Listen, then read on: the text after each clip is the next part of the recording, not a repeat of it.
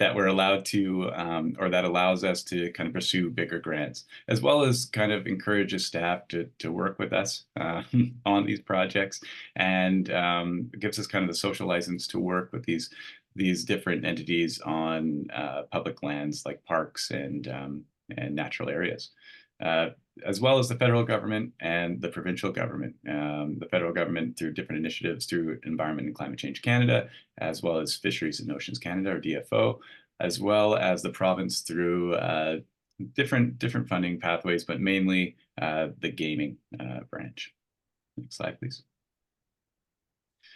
We work with a number of many different partner organizations and foundations that also share their funding capacity with us, listed here, including the Pacific Sound Foundation, but not limited to them, the BC Conservation Foundation, and Sea Change are kind of a notable three, as well as the Victoria Foundation. In fact, all of these are incredibly important, and I've made the mistake of listing a few, but each of these are incredibly important foundations that also support our work financially as well as in kind. Next slide, please. We have a number of corporate donors and sponsors that are either corporate sponsors or provide donations to things like our silent auction and raffle. We couldn't do it without these businesses. They're incredible supporters. Whenever we go and make our asks, they always respond. And to them, we're extremely grateful that they can give back to us and support this work. And kudos to these businesses. So just want to recognize these businesses as giving back to us and their communities through Peninsula Streams. Thank you. A little bit of overview of some of the areas that we might see or be referenced in some of our staff's presentations this evening. We work across the Greater Victoria Capital Region, from the peninsula kind of down to Victoria, and almost as far west as Sooke. Pictured here is a number of the different watersheds that we work in, as well as kind of some annotations of some of our bigger projects that we've undertaken or programs that we've undertaken over the 20 years of our history. Next slide, please. And with that, I would love to introduce our first staff member presenting on their work, Chloe Kramer, who is our beach program coordinator. Comes with a lot of different skills and experiences, and we're very lucky to have her. Chloe, please take it away. Cool, thanks, Kyle. Yeah, I'm Chloe, the beach program coordinator with Peninsula Streams. If you tuned into our staff presentations back in May, I was just shy of 2 months on the job. But now, 8 months later, I've got more of the ground under my feet. I've been full-time on the beach program. It's been really great. And tonight, I'll just walk through some of the main components of our beach program, our forage fish monitoring, green crab monitoring, some beach cleans, as well as some future directions for the program. Next slide. So the beach program has been a part of Peninsula Streams since 2018. The Beach in Beach program stands for Beach Education and Conservation of Habitat. Under this umbrella, we do forage fish monitoring, green crab monitoring, education, eDNA collection, beach seining, beach cleans, beach restoration, all sorts of stuff related to protecting and conserving our local shorelines, with a big focus on community science. Next slide. Our forage fish beach spawning surveys are a huge component of our beach program and have been for years. If you're not already familiar, forage fish are any of those small schooling fish that form that really critical middle layer of the food chain. So they feed on plankton and then transfer all of that energy up to salmon, seabirds, and whales. They're really, really critical to our marine food webs. We wouldn't have our marine food webs without them. And they often go overlooked and understudied. The two species that our beach surveys target are Pacific sandlance and surf smelt. And why we look at these fish is because rather than spawning out in the open water, they actually come up onto our sand gravel beaches at high tide and spawn directly on the beach, lay their eggs on the beach. They incubate there for a couple weeks to a month, depending on temperature. It's a really neat reproductive strategy, but it does make these populations really vulnerable to the effects of things like shoreline development and pollution. Like I said, there's not a lot that we know about these fish, particularly in the Canadian side of the Salish Sea. What our beach surveys aim to do is kind of fill these knowledge gaps, document where and when these fish are spawning, how that may change over time. It's all community science driven. We have, over 100 community scientists that sample sand from our beaches, from Sydney out to Souk year round, pass those sand samples off to amazing experts, volunteer microscopists that then look for forage fish eggs. Next slide. So 2024 was a really good year for our forage fish surveys. This data is from January until the end of November for this year. We did a total of 227 surveys, sampled 11 new beaches and 15 new sites at existing beaches. We detected surf smelts 68 times and sand lands 16 times, which is awesome. Those numbers that you're seeing in red there are the data for the same time frame from the previous year, so January to the end of November of 2023. As you can see, we have increased in every single parameter, which is awesome. That's the direction we want to be going in. We want to be bigger and better than the previous year. So hoping to continue that into 2025. Next slide. Just a visual look at our sampling coverage here. So that map panel on the left, all of those gray dots are the sites that we have surveyed to date across the Saanich Peninsula. Then the middle panel there, those colored dots are those sites where we've had positive detections for eggs. Red bean surf smelt, blue bean sand lance, and purple bean both species detected. This really highlights the importance of Sydney North Saanich area as a really important spawning hotspot for both species.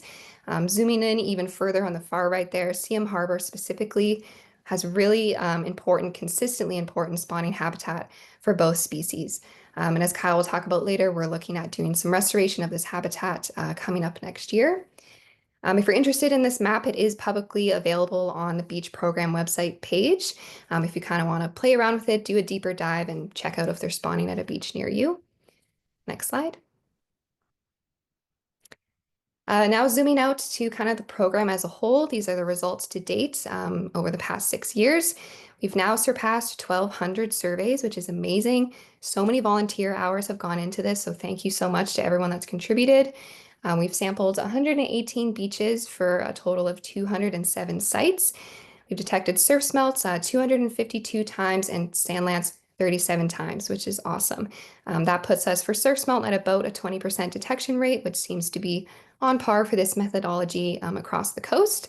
Again, would not be possible without our amazing volunteers. So thank you so much, past and present, if you've contributed to this program. It would not be possible without you. Next slide. Okay, switching gears from forage fish to our green crab trapping work. European green crab are a species of small shore crab native to Europe and North Africa.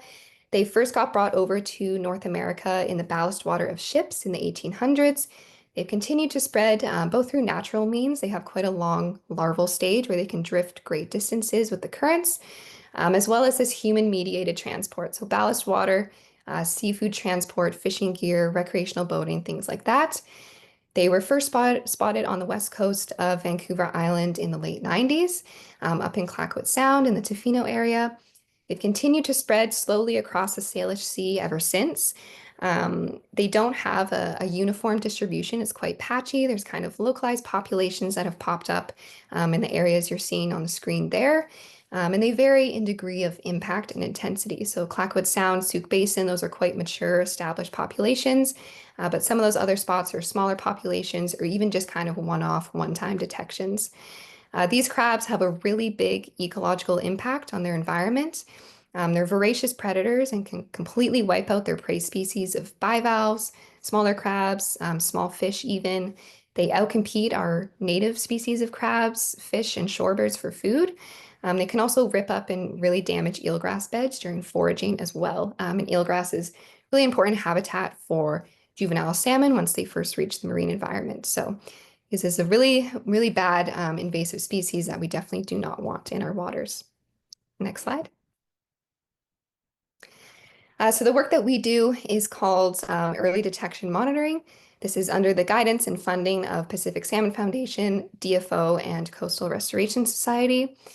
Early detection monitoring involves selecting sites that are conducive to green crab habitat and sampling monthly over the summer. So those sites are areas where we basically think green crab are going to be found. So areas of soft sediment for burrowing, freshwater influence, lots of those bivalve prey species, some vegetation and woody debris for cover, things like that. We trap monthly. Trapping is a 2-day affair. So the first day we bait and set the traps at low tide, let them soak for 24 hours, and then come back the next day and find what we got. Hopefully no green crab. This was really fun. Thank you to the nearly 30 volunteers that came out and helped me with this over the summer.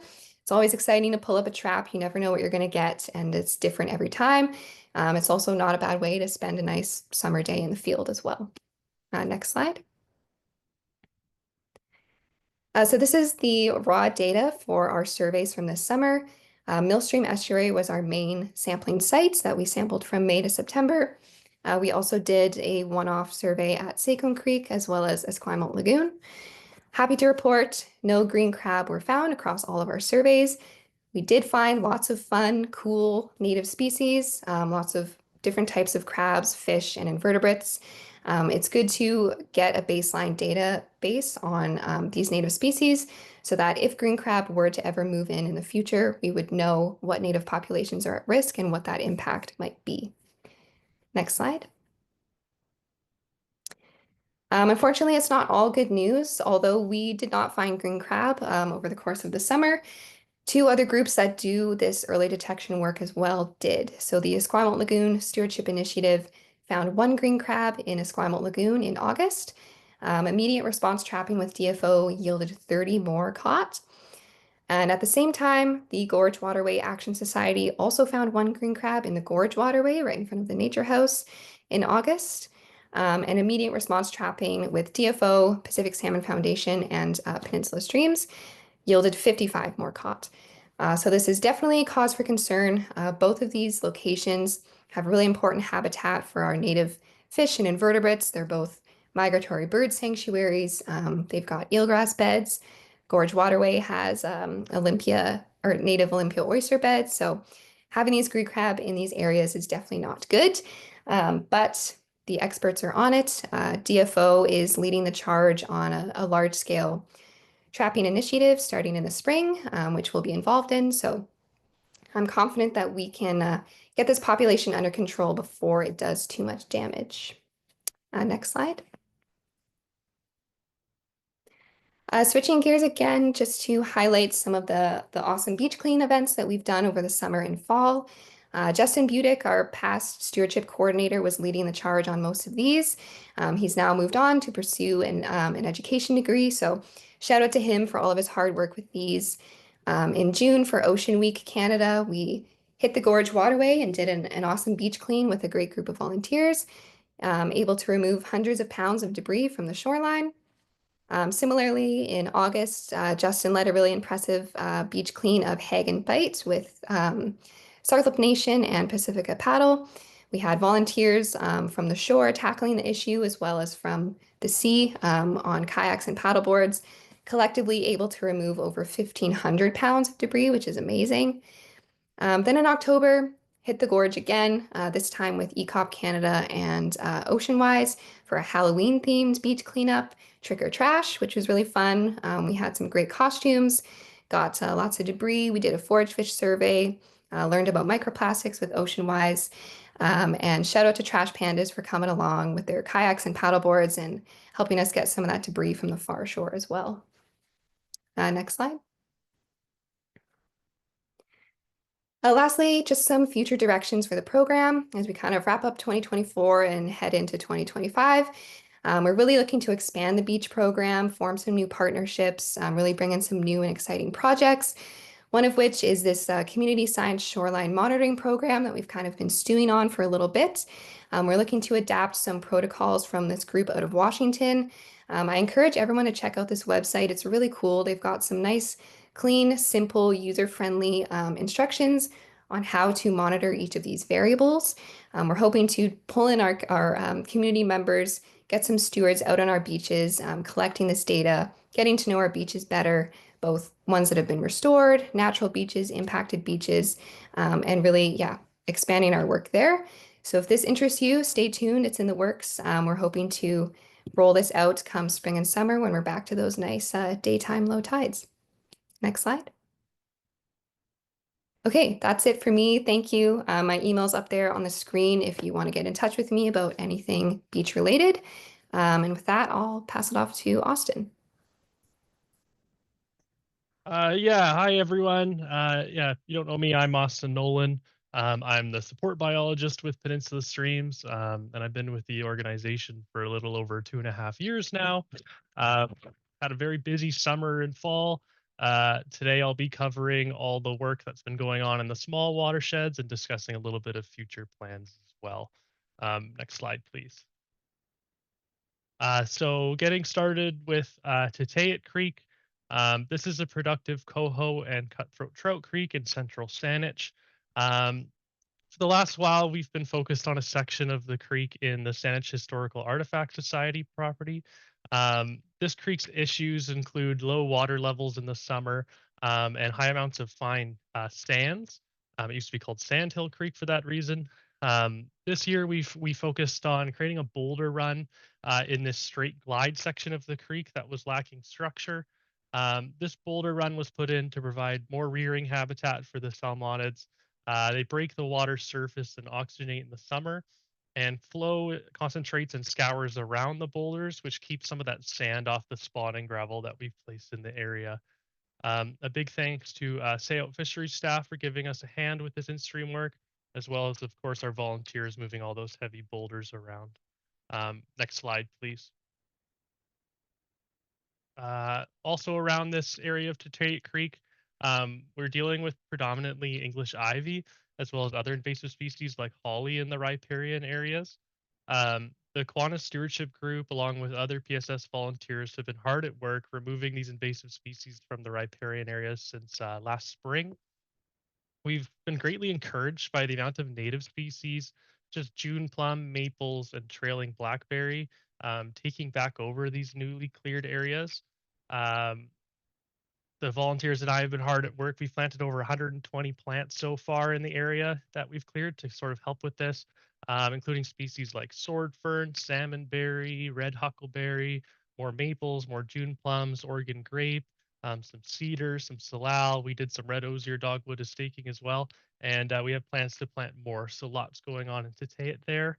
Um, Future plans for Tateyat include more in-stream restoration, particularly some process-based restoration, like post-assisted log structures and woody debris additions like brush bundles. Also, as I mentioned, we're planning to continue with riparian restoration. There's so much ivy to remove out of there, and there's lots more planting to do as well. So lots of things continuing to go on in Tateyat. Next slide, please. Moving on to Millstream here in Cedarvale Park. In-stream work in Cedarvale this year included the construction of a riffle crest, the addition of some spawning gravel, and the installation of this massive double cedar stump. The riffle is oxygenating and cooling the water during those low summer flows, while also supporting some spawning gravel as well. The stumps are increasing habitat complexity, providing hiding places and rearing habitat for the salmonids in the creek. A really big thank you to the Friends of Millstream members and other volunteers who came out and helped out. This was a lot of hard work getting that large amount of rock in, but many hands made some light work. So thank you everyone that was involved. Next slide, please. Uh, Over the fall, we've been working on the riparian areas of Cedarvale Park. We've been removing invasive species like English ivy and Daphne laurel. We got over 100 red osier dogwood stakes in place into some of the banks where we removed invasives. And we just recently, just on Monday, planted roughly 100 conifer trees into the park. So that was great to get done with the help of Langford Supplied the Trees. Um, Future activities in Millstream will include more riparian restoration activities, likely some stream keepers courses coming up, more in-stream restoration in the summer. We're thinking we'll likely be shifting some effort a little further down in the system, where we saw lots of coho spawner activity this fall. So continuing with Cedarvale, but also spreading out a little bit more as well. for Millstream. Next slide, please. Looking at Qualset Creek and Ray Creek Park. In-stream restoration in Ray Creek Park this year included riffle construction, woody debris additions in the form of a spur log, and some spawning gravel additions. Uh, cool, deep pools are lacking in this section of the system, so we were looking to enhance and maintain this existing deep pool in Ray Creek Park. The riffle is backwatering or deepening the pool, while the spur log maintains pool depth by scouring out the pool while also providing cover for the fish within the pool. Most of the fish we salvaged were found within this pool in the deep section, kind of highlighting the importance of those deep summer refugia spots. A big thank you to the Sydney anglers, the Sayout fishery staff, and of course our volunteers for all their hard work on this. Next slide, please. This fall, we did a little bit of work on the banks of the creek in Ray Creek Park. We staked with red osier dogwood to start stabilizing these eroding banks and provide some more overhead cover and shade for the creek as it grows in. We removed a big chunk of invasive ivy, and we've planted some native species such as Oregon grape, June plum, and cedars to help increase biodiversity and get some deeper rooted species going on the banks. Future plans for Qualset Creek include a larger riparian restoration project we're proposing, which includes restoring this redundant pathway that's actively eroding away right on the bank there into a nice riparian area. More in-stream restoration will take place this summer, as well as informed by a assessment that was done earlier this year. Next slide, please. We've been in Chalet Creek the last few summers. Chalet Creek's up in North Saanich. First with the culvert replacement following the atmospheric river road washout, and then following that up by facilitating some fish patches right at the bottom of the system. This summer, I tried this new technique, doing some pool chipping using a rock drill and expanding grout. It didn't really work out as intended, but this method can certainly be applied in other ways in the future. So it's a good tool to have for future use and was kind of a good learning experience. We also modified some riffle heights and added spawning gravel. This was done to push more flow into our low flow channel to keep sediments moving and reduce some of the deposition that was going on. We also removed some yellow flag iris from the area as well. Future work in Chalet Creek will include some egg incubation boxes in the near future, like we had in the creek last year, and likely more invasive species removals as well. Next slide, please. Moving on to Bowker Creek in Oak Bay. Along with the Friends of Bowker Creek, we installed a large riffle and chum spawning bed this summer. The Friends of Bowker Creek have been hard at work maintaining chum egg incubation boxes in Bowker Creek over the past few years. So we added this large spawning bed that's basically ready for their return. This bed is supported by a riffle we constructed sort of diagonally across the creek. This made the riffle a lot wider and means that the gravel that it's supporting is much more likely to stick around during high flow events. This is right below a culvert, and so the flow tends to come out of the culvert in a very powerful way. So this helps hold on to it. We also implemented a few erosion control measures on the bank downstream, and now we just wait for the chum to return. Next slide, please. 1010 Creek is another cutthroat trout and coho salmon creek up near the Victoria Airport. This fall, we've done some riparian work on the lower sections of the creek. Last week, actually, we were removing lots of Scotch broom as well as Himalayan blackberry.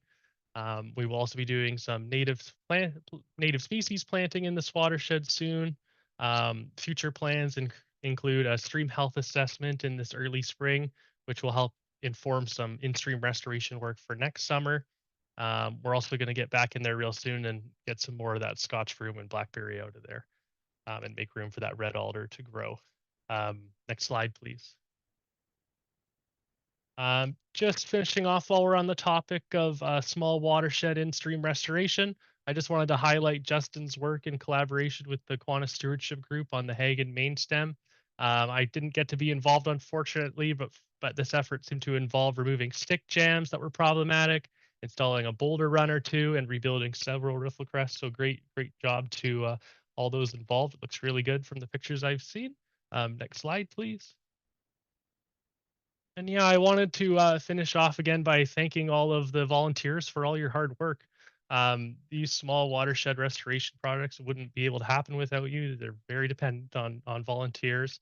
A few people I just wanted to thank in particular. I wanted to thank Lynn for her hard work on the Central Saanich Water Quality Program, helping Lynn for helping with the water quality program, helping program the YSI and updating data sheets. Martin's the MVP of the month. He's been to 6 riparian events in this last month, so shout out to Martin. Tim and Dora from the Friends of Millstream group for taking leadership, collecting water quality information, and helping me out in Cedarville Park a lot this year. And Greg, who was my summer MVP. Any project where you had to throw rocks around, Greg was there with boots on. So big thank you to those folks for helping out. Upcoming activities with me to keep an eye out for will include more riparian work, some brush bundle installs, lots more planting to do. So reach out to me at my email there if you'd like to get involved, and keep an eye out for some more invite emails being sent out soon. Thanks again. That was me, Austin Nolan, and I will pass it on to Deb. Hey, thank you.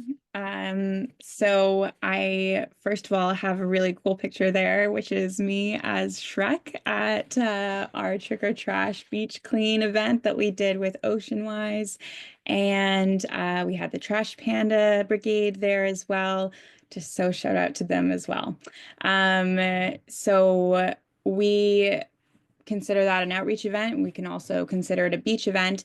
And as I'll talk about some of our programs and our outreach efforts, there's going to be some cross-pollination between myself and a few other staff members. So if there's questions after, I'm happy to answer what I can, but in some cases, referring to Chloe for things like beach program education, and Kyle is kind of increasingly empowering me to take on the rain garden education pieces too. So we're definitely missing Justin's kind of rain garden passion, but we're finding it in ourselves as well. I think we all can stand to love rain gardens as much as Justin did.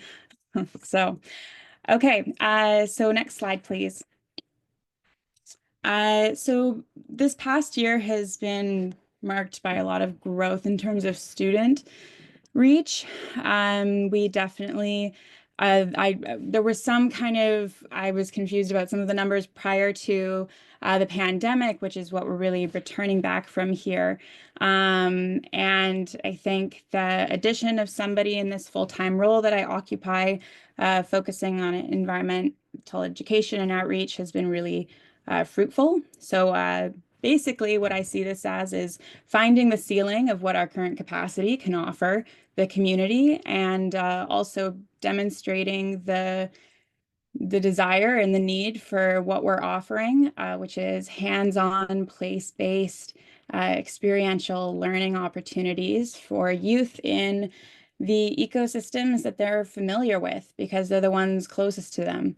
This also helps us with making these education experiences really accessible by helping kids find the beauty in their own neighborhoods. So whether that's charting out 1,000 rain gardens, which is a current initiative that we are partnering on with the Friends of Bowker Creek and with What's the Rush, and Anne Marie. I'm not sure if she's on the call, but anyways, I got to pick things up because I talk too much.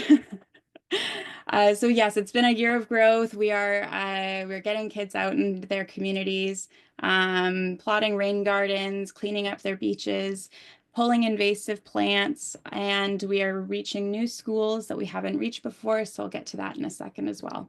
Next slide, please.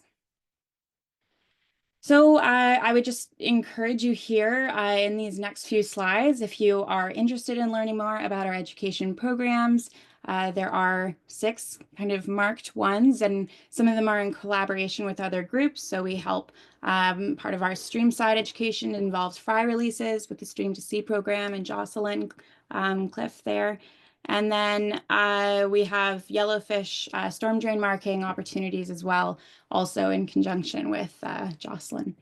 So lots to see. This is all on our website under education. So I encourage you to take a look, because I'm really proud at some of the kind of formalization of these programs that I've been able to kind of lead on over the past year and a little bit. Next slide, please. This is again just a teaser here where, you know, our beach program, if you've ever wondered, what is the beach program? What does it, you know, constitute? So we have kind of a bit of a mix and match here of whatever our team has kind of deemed the best in terms of, you know, we have to adapt to different beaches and, you know, as it says here, seasons, tide schedules, etc. So one thing about our programs, and I think the beach program really illustrates this well, is that they're incredibly adaptive to the needs of the school, to, you know, the budget of the school. These are free programs, and we want to help make sure that they're really accessible to the community, to our public schools. And where capacity allows, we're able to also offer education to private groups as well, and private schools. Next slide, please. I'm going to pass along this one. Again, more stuff on our website. Please go and check it out. Next slide. Yes, I want to quickly shout out to our education volunteers. You are so wonderful. You're my favorite part. Well, the kids are my favorite part. You're my second favorite part of this job.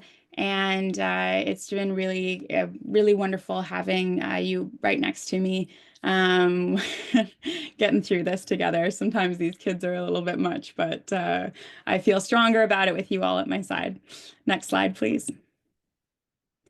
Yes, as I mentioned, we were at moved out to Langford this year to the Sooke School District. So some thank yous there that I'm going to have in these little bubbles here, which I encourage you to, you know, read. Hopefully some of you are on here tonight, but I'm going to speed up a little bit, moving past here. Next slide.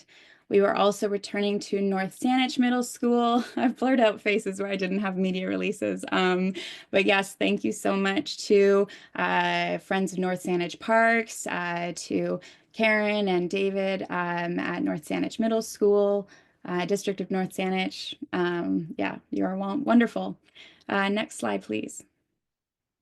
Rains, Drains, and Gardens. So Kyle has been kind of, maybe he can, you know, provide some more fluff to this, so this story here of what we're doing in these rain gardens. But I've been really thrilled to see the students at Monterey Middle School. That was just last week that were out there weeding their garden, and with Friends of Bowker Creek with Rachel Scarth. And we were also at Oak Bay High School. Kyle was presenting on rain gardens to some high school students. The 1,000 Rain Garden Challenge. This is really an exciting challenge where students are across, you know, all of the Saanich Peninsula and Greater Victoria are mapping rain gardens in their communities. And the winning class gets a pizza party provided by Victoria Drains. So this is a really cool, really fun winter activity that we're doing with What's the Rush and Friends of Bowker Creek and a few, and the UVic students. There's a really wonderful group of students up there doing some community mapping with Anne-Marie Daniels. So encourage you to go check it out, what'stherush.ca. Next slide, please. Yes, also please keep an eye out for some of our new materials here. So we've got new flyers for some of our general programs like our beach program and just a general one.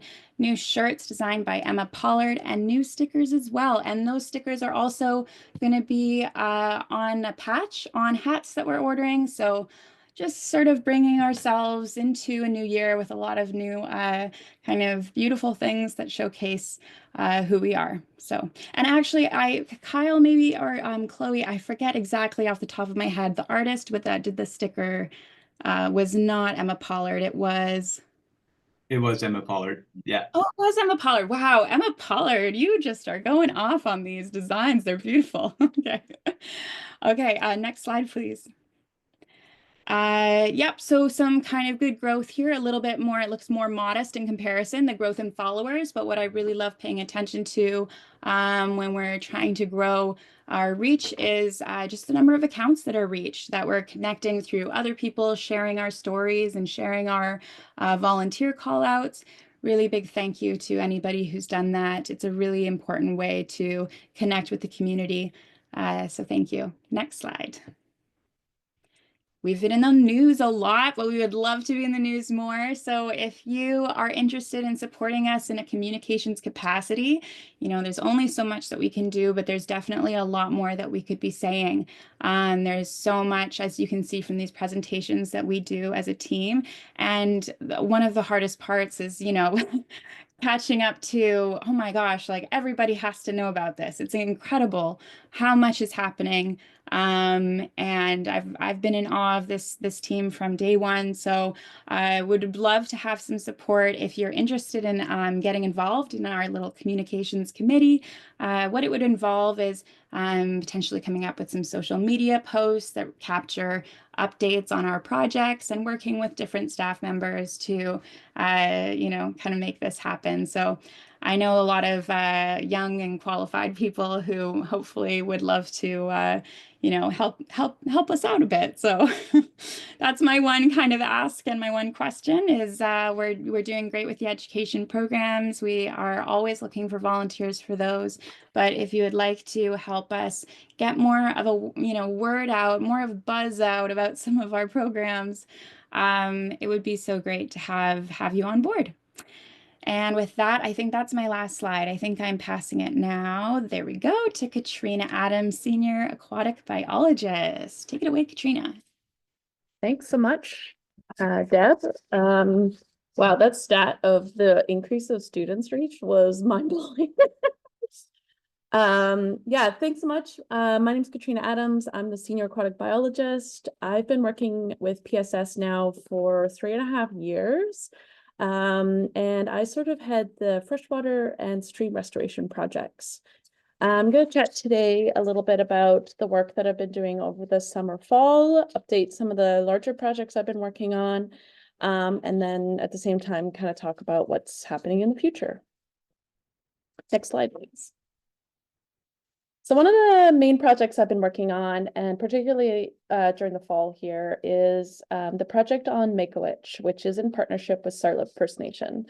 Makowitch is a big piece of property, about 78 hectares, which was returned to the nation in 2020, located in Brentwood Bay, sort of at the corner of West Saanich and Mount Newton. Beautiful piece of land. It's got about 1.5 kilometers of Hagen Creek that runs through it. Hagen Creek is a really interesting system in that it has a barrier right at the entrance of the creek into the Saanich Inlet. So cutthroat trout can leave if they want, but they can't come back. So it's created this really interesting isolated population of cutthroat. And the creek itself, despite having undergone heavy agricultural impacts, is it has a lot of cutthroat in there, and it's a really important habitat for these fish. Big part being that there's a lot of groundwater and springs located in the watershed, which provides really nice cool water even in the hot summers. And we've noticed that on this property here, there's a lot of trout, despite this habitat being highly impacted by the invasive reed canary grass, which has completely taken over the ecosystem in the valley and is slowly starting to eat away at the creek. Essentially, we're losing creek habitat, and that grass creates fish barriers.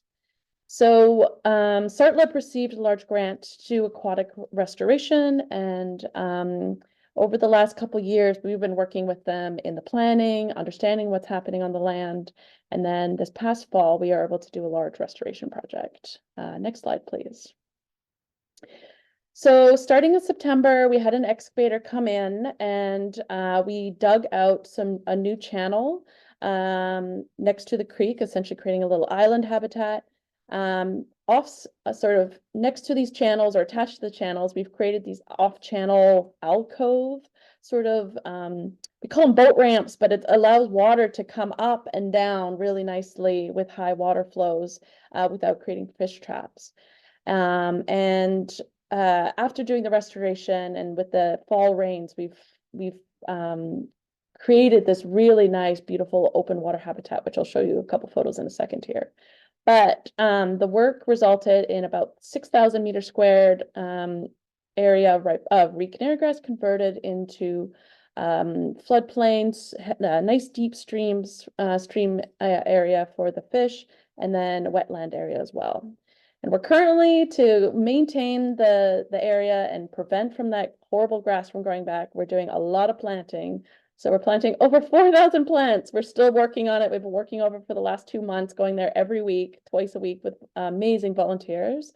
And we've got a couple more events happening before Christmas holidays, one for this Friday and then 2 next week. So definitely get in touch if you're interested in helping out. Next slide. So just a couple of photos of the work. The one on the left shows sort of mid-construction. We had a big excavator digging out that new channel. It's currently in the photo, they're working on that alcove ramp sort of habitat. We added in these beautiful big cedar stumps with big roots and rock to create great in-stream cover and habitat for the fish, as well as bird habitat at the top. And then the middle photo kind of shows right after construction, immediately after construction was completed, and a little bit of rain had first happened. So you can really see, like, that was already canary grass, and you can really see there's this beautiful open water now. The boat there we used to access the little island for planting. And then the last photo on the right kind of shows just one of the more recent shots of, so we started planting sedges and rushes and many different species across the succession plan. So we've got some trees and shrubs, and yeah, I think about 40 different species are going in. Next slide. Great partnerships, support from Satin Flower Nursery, Streamside Nursery, which provided the beautiful plants, amazing volunteers getting all these plants in the ground. We even, besides the stream work, we're also doing a smaller Gary Oak Meadow habitat restoration as well, further on the upland side. We put in some camas bulbs as well, which was really exciting, and look forward to seeing those bloom in a few years. Next slide. Just a really quick before and after, you can see on the right or left, sorry, all reed canary grass, literally nothing else. Maybe a little bit of shrubs on one side, the willow shrubs on the far side, and now we've got this beautiful open water, and we're seeing tons of cutthroat jumping and swimming around as we're planting next to it. So it's pretty exciting project to come together. Next slide. Now, shifting gears, the other large area that I'm working in is the restoration and monitoring work in the Colquitts. A few years ago, 2 years ago, we received a large shrift grant, salmon habitat grant, essentially, to do restoration and monitoring in the Colquitts watershed. And so for the last couple of years, and then we've got 1 more year left within this grant, we have been doing a restoration project every year with Saanich, and then adding in some monitoring work as well. Next slide. So one of the first projects that we did this spring, and I kind of touched, I think, just had a midway update back in May, was a smolt trap. So a smolt trap had been run back in the 70s in the Colquitts, so there hadn't been run any since. And smolt traps are a great way to get an understanding of the productivity of the coho spawning in a stream. And so we ran it from April to June and checked it every morning and sometimes in the evenings as well. This project was an amazing opportunity for our volunteers to get hands-on fish experience. Really, really fun. And we were all really excited to see the numbers come through. So our total count was just over 4,000, almost 4,050 coho smolts, and then 213 cutthroat as well. We'll be running this project in the spring again, probably mid-March, late March. So definitely look out for volunteer opportunities. It's a really, really fun project to be part of. Next slide. For the restoration this year, we worked on an important tributary of the Colquitts called Gabo Creek. This tributary flows out of Riffitts Bog underneath the highways and then flows into Colquitts in Copley East Park. Gabo Creek provides really important overwintering habitat for fish, coho, and cutthroat, as it's really nice, slow-moving water during the winter high flows. However, Gabo Creek has undergone a lot of urbanization, of course, and from that, the creek has become really infilled with soft sediments and a ton of garbage. So a lot of the actual creek habitat was lost, and it's basically was very, very shallow water.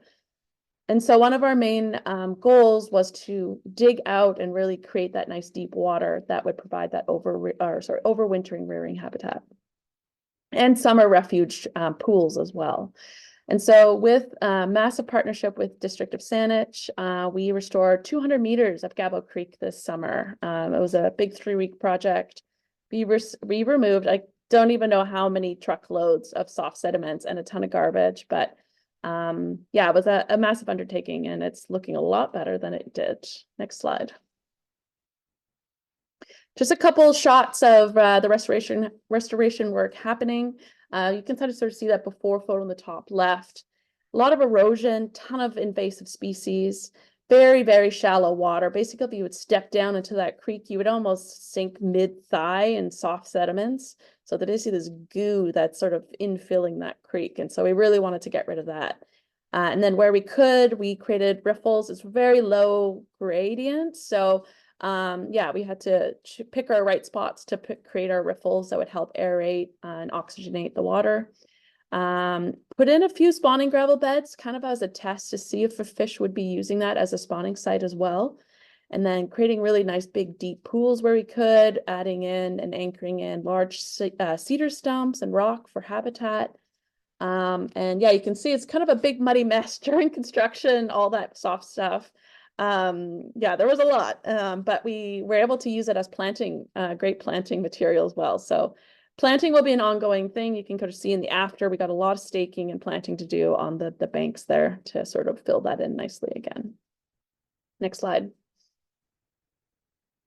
In the fall and kind of part of as our monitoring, we installed a pit tag array in the Colquitts. So pit tags are a great way to monitor fish migration timing and survivability. And so this array is an antenna, essentially will register any tagged fish coming over top of that. So that will stay in the creek pretty much permanently until the end of the project. And yeah, we'll be continuing to tag fish during the small trap as well. Next slide.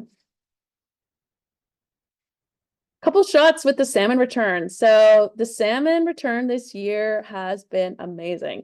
No distinct numbers yet. There is a fish camera at the Tillicum Mall fish fence there. There's a lot of videos to go through, and I've been going through it. It's very slow going, but the number so far just by walking along the creek is pretty astounding. You can see in this one video that Sue's got playing, this was a spawning bed at Mann Avenue. And just in this one small pool, there would have been 25, 30 coho spawning. This was a section that had been restored by Peninsula Streams in Saanich a few years ago. I have never seen such large groups of them in one spot in the Colquitts before. So it's pretty exciting to see. And in the second video, it's just kind of a little snapshot of what the fish camera looks like.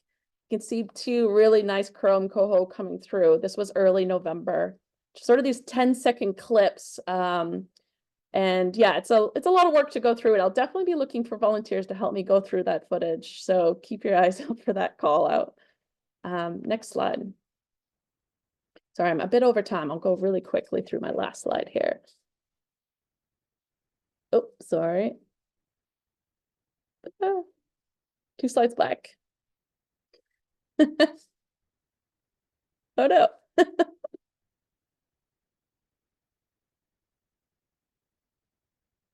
Sorry, 2 more back.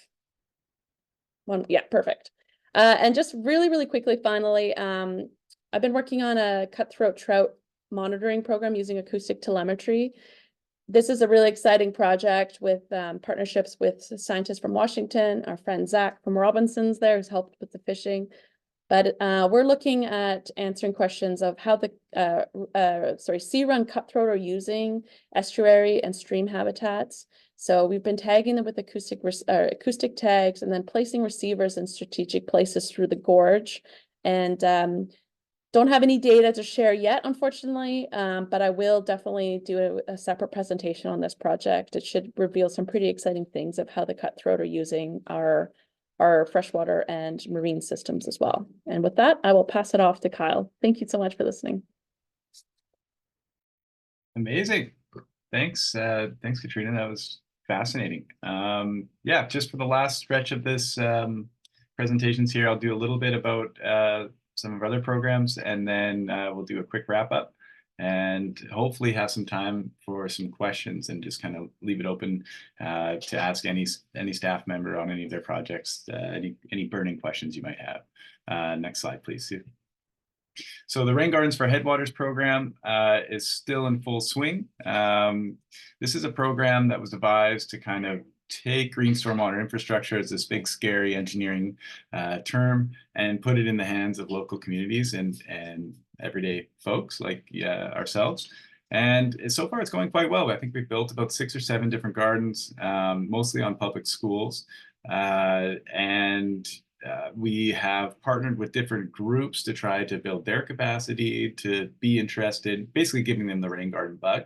The Friends of Bowker Creek being the flagship group, and they've taken it and run. So they've got their 1,000 Rain Gardens project underway, and are even doing their own education amongst the community, and are continuing and now identifying their own rain garden sites. And we're just trying to keep up with them now.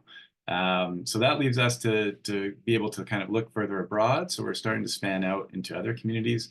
One being the Cecilia Creek watershed, which I'll explain to you in a second, as well as Mount Douglas Secondary School in the Douglas Creek watershed, and more. So the next slide, please.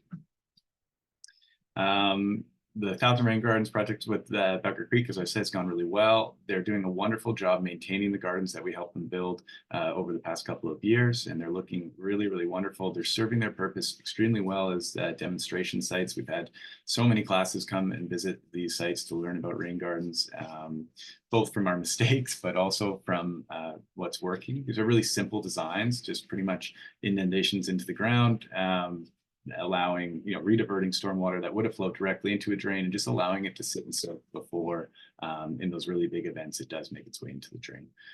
We've also looked at other existing rain gardens and tried to map them. Deb mentioned some of that work that's been going on, and creating a database of all of our green stormwater infrastructure across the region. So that's a work in progress, but it will become a really powerful data set just to kind of track our resiliency to flooding and adaptability.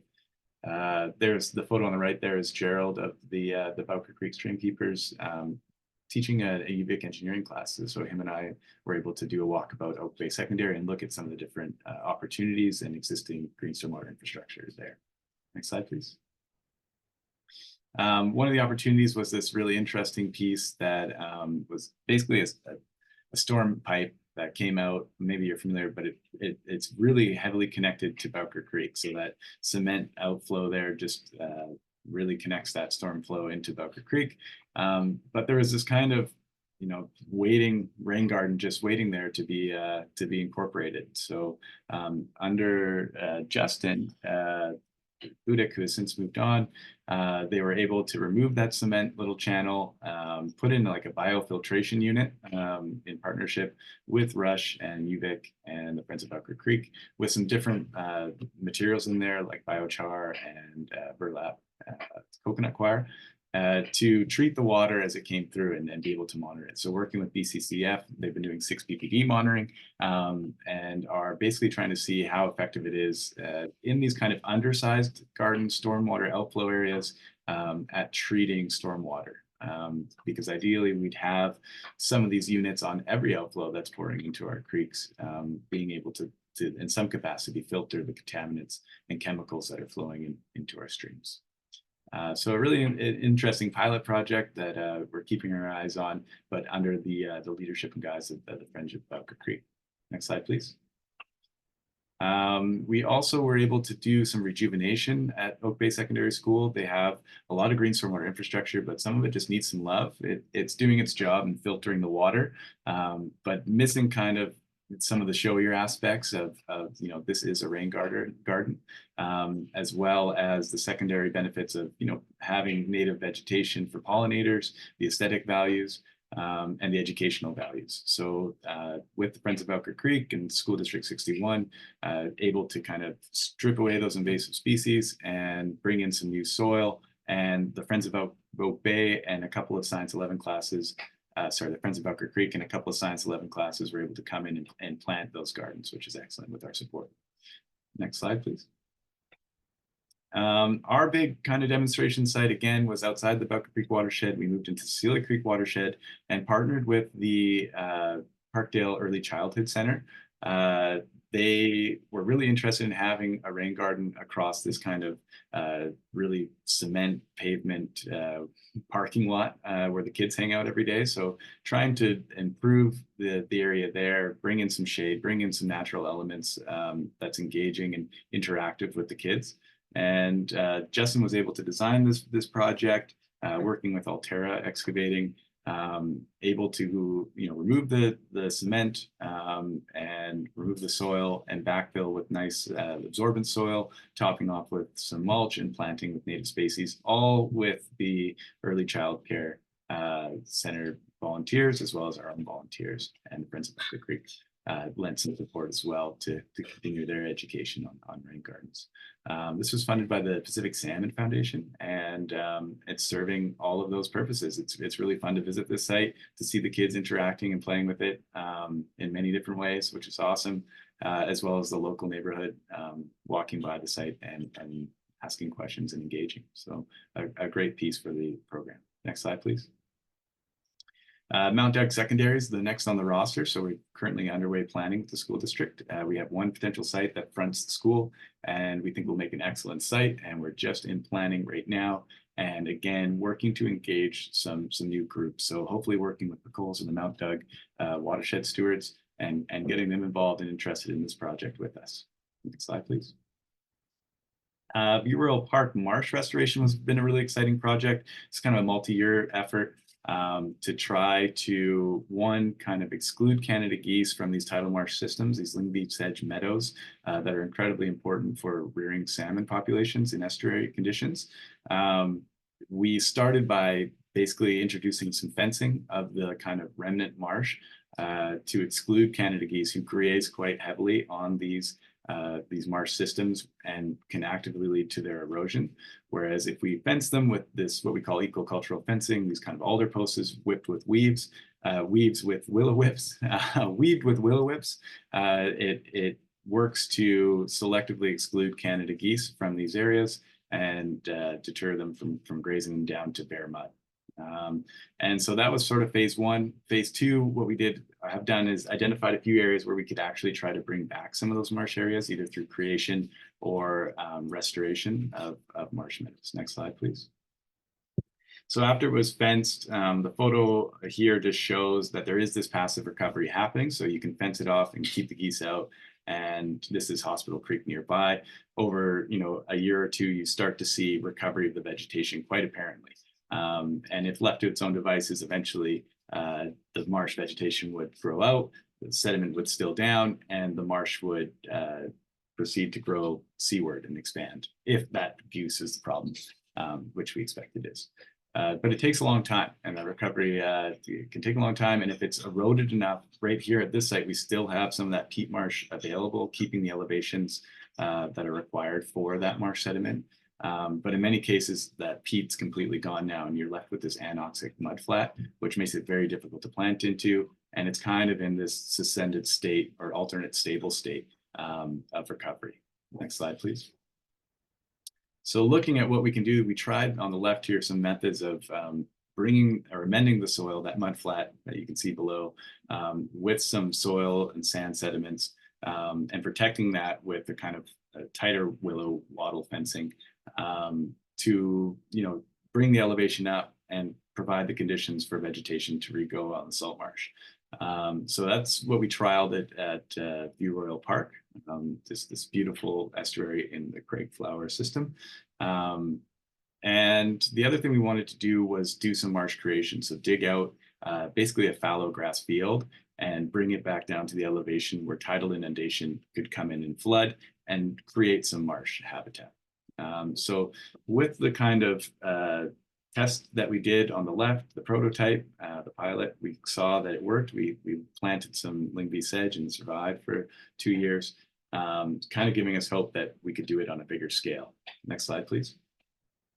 So after we kind of surveyed all the different marsh species at the different elevations they would grow and created this really scooping design with a number of different partners, including View Royal, Swell Environmental, all funded by the World Wildlife Fund and Pacific Salmon Foundation. We went, as well as the guardians of our Salish estuaries, we went to work. We dug out a large area for tidal inundation and marsh creation, and we actually used some of the spoils, the nice rooty sod from the grass, and put that down on kind of where we saw that historic marsh line being. So we placed that down, creating a nice matrix for us to then plant into. Next slide, please. So over a couple of weeks, volunteers got busy planting these different marsh areas, the marsh creation area to the left and the marsh restoration area to the left and the marsh creation area to the right. Thousands of plants went in, planted by volunteers over a couple of weeks. We had, some good mixed survivorship. Some of the downstream species got hit a little bit more by the salt shock, and so we lost a few. But we did a follow-up planting in marsh in the fall when the fresh water in the stream had come up, because there is still those salinity influences from Portage Inlet in the ocean. So we waited for a bit more of the rains to come and replanted some of that lower area and hopefully have a higher success. Next slide, please. Over the few months, it's really been growing in nicely. The photo on the left was taken this fall. We were able to plant a huge amount of riparian area as well, tons of trees, shrubs, and those marsh species. And on the right, a lot of that was taken before the species went dormant for the year. So we'll need to see, what comes back this spring. Next slide, please. Some of the other marsh work we've been doing is we were partnered with the Goldstream Hatchery as well as the Wasonic Nations, and we have undertaken a Goldstream estuary survey and assessment, basically to provide a snapshot to all the different parties who are interested in the health of the marsh and the estuary, and potentially doing some restoration prescriptions in the future. A really good snapshot of what the current conditions are like. So we went and gathered through the help of some pretty skookum biologists. There's Dan Stewart on the right there, whose brother is actually involved with the Parkdale Rain Garden Project, which is kind of interesting. But Dan Stewart's an expert out of the Fraser River mostly, and the Conservation Decisions Lab at UBC, helped us to identify the many species that exist in Goldstream estuary.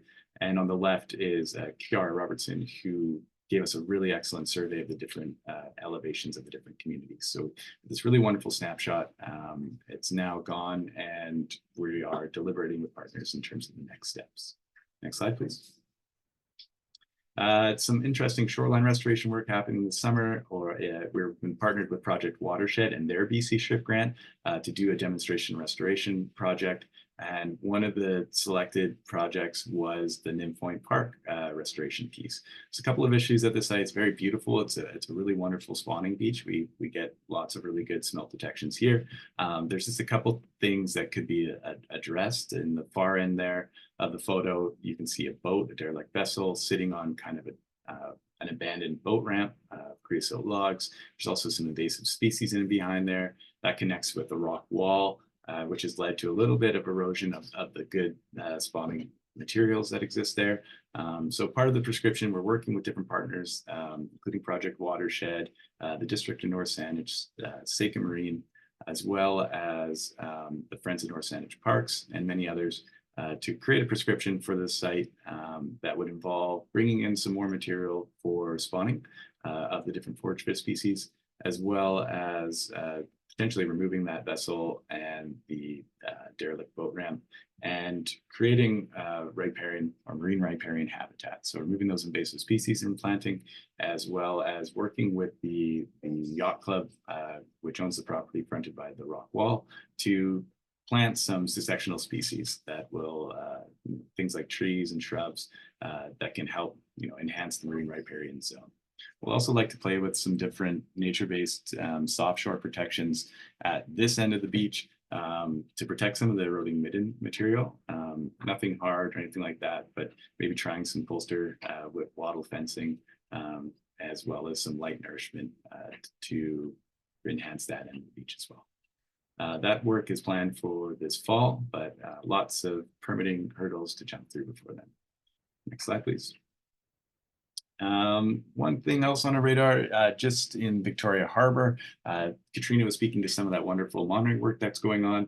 That's informing a lot of our stream restoration work, but we are also, oh, sorry, I'm seeing John's comment there. We'll have to go through the chat after this, but yeah, we are also using that work to inform shoreline restoration Victoria Harbor and building partnerships with different restoration groups, including the Songhees Nation, the Greater Victoria Harbor Authority, and the Coastal Restoration Society. So we're really looking forward to kind of building out our monitoring capacity to understand the shoreline health in these areas, as well as help monitor our work in restoring them and helping us select different prioritized restoration sites into the future. Next slide, please. Changing gears, just a quick, let's see if you wouldn't mind just hitting it one more time. Just a quick plug, looking at some of our volunteer hours. Peninsula Streams, I think this, we have a wonderful and incredible staff doing an incredible amount of work, none of which would be possible without our volunteers. It's the lifeblood of this organization. Many of you are on this call, giving more of your time. Thank you. But we see this growth in volunteer hours over the years to now kind of 7,000 volunteer hours on our projects and programs.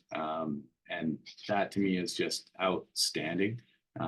It's incredible, and we could not do it without you. And we're so happy that so many of you give your time to this organization and see these projects as being important and effective.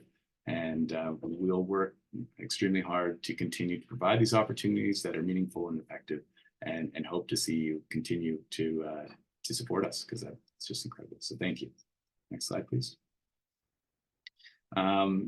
One kind of fun event we had over the summer that I just wanted to quickly plug was the Welcome Back the Salmon Barbecue. It's kind of a nice volunteer appreciation event that we had at end of summer, a small feast of salmon and some other goodies. Sue and her partner were able to build this incredible cornhole game with where you basically try to throw the salmon eggs into the red, which was a huge hit. Thank you, Sue. And Finest at Sea was able to do some of the grilling for us. We had 3 hardworking folks from Finest at Sea come and do the cooking, which is wonderful. We also had Seika Marine come through and support us with some singing, traditional singing and drumming, which was amazing, and singing some welcoming songs to us and opening our ceremony in a good way. So it was all in all a really wonderful event. Thanks to all of you who came, and I hope to see you all at next year's event. Same time, same place, more or less. Next slide, please. Fundraising, pardon me. Fundraising has been a really strong effort. We've had some changes in our board, and Bud Sebastian has taken over fundraising and has done an excellent job leading that charge. I mentioned some of our corporate sponsors and donors at the beginning. Thank you to those corporate donors who donate to our auction every year. It's a really fun event. And there's tons of amazing prizes. I'm always blown away by the quality of the prizes. And so thank you to all our wonderful volunteers for helping put that on. And thank you to the many volunteers, our corporate and other donors who provided goods for that auction. We'll be kicking up that effort again in the new year and celebrating that silent auction at a locale to be determined at some time towards the end of April. So keep that on your radar. Get ready for the auction. It's going to be a blast, and we'll have a really fun event to celebrate that. Next slide, please. Just really want to quickly plug one last thing while I have your attention. We do have our legacy fund, and it's something we're trying to promote to diversify our revenue. And currently we have a legacy fund managed by the Victoria Foundation. If you're thinking about drafting up your will or making a gift, contact us and we can chat about it and put you in touch. It would be held by the Victoria Foundation, managed by them. And then we would receive kind of a distribution every year, or we do receive a distribution every year. We're just trying to build that fund as it will help us kind of continue to, it'll provide us a little bit of sustainability and support in continuing to deliver our mission. So just wanted to quickly plug that. Reach out if you're interested or if you're making those plans. Next slide, please. And with that, thank you so much for your time and attention this evening. I know I appreciate having the opportunity to share some of the things we've done. I know staff does as well. And yeah, I see some different things happening in the chat. But maybe at this time, if folks, I actually didn't think about how best to do this with so many people. Why don't we just, if we do questions in the chat, then we can, I can read them out to the different staff members if that works for everyone. If you're totally chat adverse, feel free to start yelling in your mic. But let's get through some of these chat photos first. So Ian Cameron asks, what are the criteria for the various projects? Criteria of success, do you mean, Ian, or ecologically, socially? I will need a little bit more. Do you want to hop on, Ian, and just ask your question verbally? Still there? I think you typed it when you were talking about your rain garden projects, the ones that you're working on. So I think he was speaking specifically about the rain garden projects. What are criteria for those? That's an excellent question. Thanks, Ian. The main criteria for those is we're looking for areas that are high profile because these are demonstration sites. Usually we want them on private land just because some of the restrictions go down when you're on private land. So right now schools make really great places for both those reasons. We try to kind of place them strategically in places where stormwater infrastructure already exists so that we can incorporate that into our design to mitigate the risk. It's not totally necessary, but it's part of it. We also try to look for areas where we can filter the most contaminants, or we are filtering contaminants. So if it's in an area where we can remove pavement and then replace that with the rain garden, excellent. And if we're in an area where it's also capturing water that's coming off of a parking lot or an area where contaminants may be entering into the stormwater system, that makes the criteria the greatest. So if hitting all those boxes, that's great. Some of our projects haven't hit all those boxes, but they were so far in all the other ones that we went ahead and did it anyway. There's also the social support. So any garden you build, the biggest thing is who's going to maintain it into the future. So having that social infrastructure around this is incredibly key. So that plays into where we do our projects as well. Thanks, Ian. Do our stream projects require permitting? If so, how challenging is that process? I would love to hand this one off. I think Katrina's probably the best to answer this one. Go ahead, Katrina.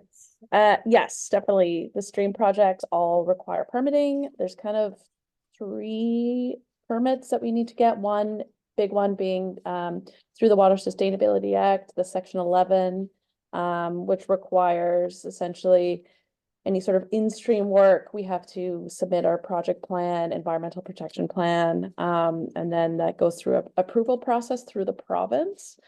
And then the other ones are around fish salvaging. So when we do these in-stream projects, we have to dewater a creek. And so while doing that, we obviously have to move the fish. So anytime we're moving fish around, we need a permit for that. And so that goes through the province as well. But then if we're working with anadromous fish, such as coho, we have to also get a fish permit through DFO as well. It's not so much as challenging as time consuming.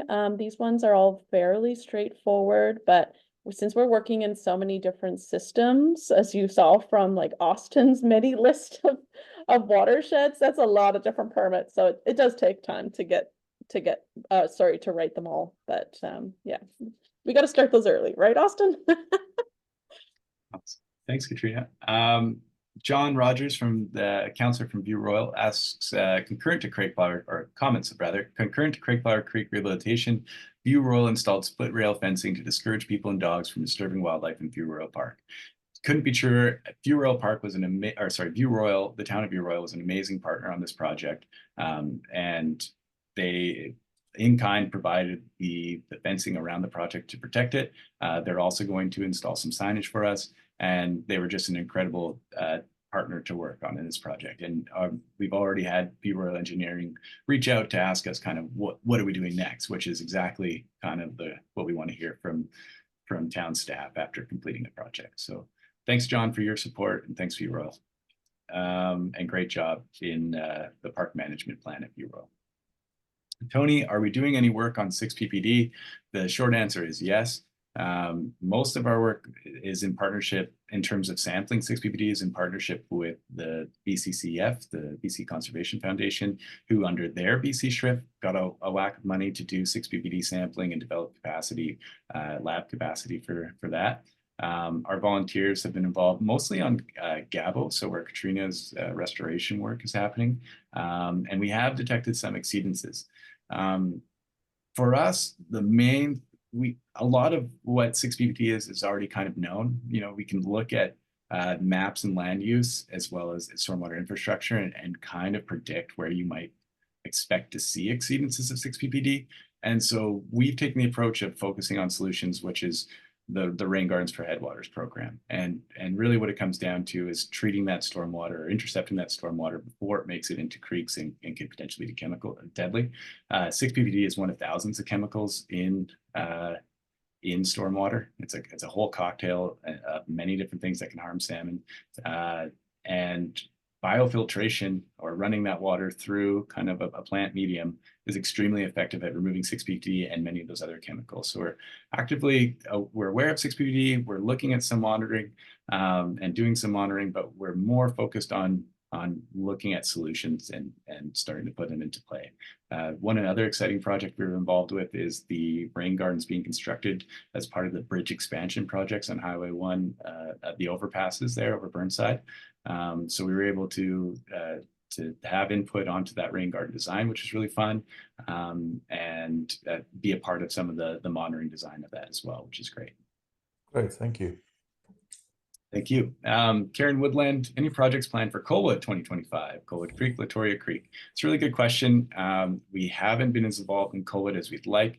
A lot of it's been on the shoreline, but we have recently kind of picked up Colwood's environmental or natural asset assess inventory, and have some thoughts as well as some of the shoreline projects that are happening there. Colwood Creek and Latoria Creek, we're always happy to support the Bilston Creek stewards, and they have a lot of kind of impact on Latoria. I know Colwood Creek, the Esquimalt folks there's quite a strong stewardship present there already. We're always happy to partner and collaborate, but we haven't been as focused in those systems as late. There is some talk about some of the marsh being restored down below Colwood Creek, where it flows into Esquimalt Lagoon, which I'd be on the lookout for. That could be an exciting one, and we may get involved with Songhees and others. But as of now, it's not a huge focus area for us. It's a little bit west. Jacques Sirois, thank you on behalf of Victoria Myver. Thank you, Jacques Sirois, for your incredible work. Susan Servistedt, no way. Thank you for the very informative presentation. Also, thanks for all you do. Thank you, Susan. These are just comments. I'll try to jump to the questions, but thank you for the wonderful comments, Susan and Sean. And John Rogers, fish count in Millstream Creek for the installed array. Go ahead, Katrina. Yeah, sorry. Yeah, John, we the last time I checked the data, we had about 20 or so pit tagged fish return, which is a good amount so essentially the coho that were tagged about 1.5, 2 years ago are the ones that we're expecting to come back. So this is kind of roughly expected of sort of survivability. Still some latecomers coming in, so I'll be going back probably in the new year to check, but Millstream overall had a really great year for salmon as well. There was a fish camera counted by volunteers from Goldstream Hatchery, and they're at 420 or so for for that system, which is a very decent number and still coming in, I think, as well. So there's some late comers as well.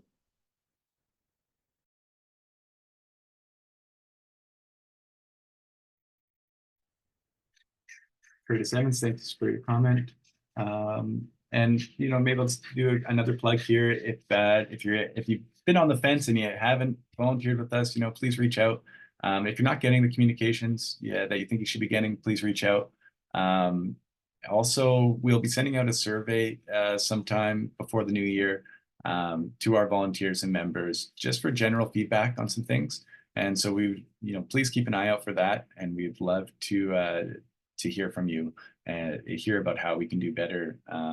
And yeah, just your general feedback. So that'll go into our strategic planning in the new year. So it is something that we use and look at quite carefully. So when you do see it, if you have the time, we would greatly appreciate you filling out that survey for us.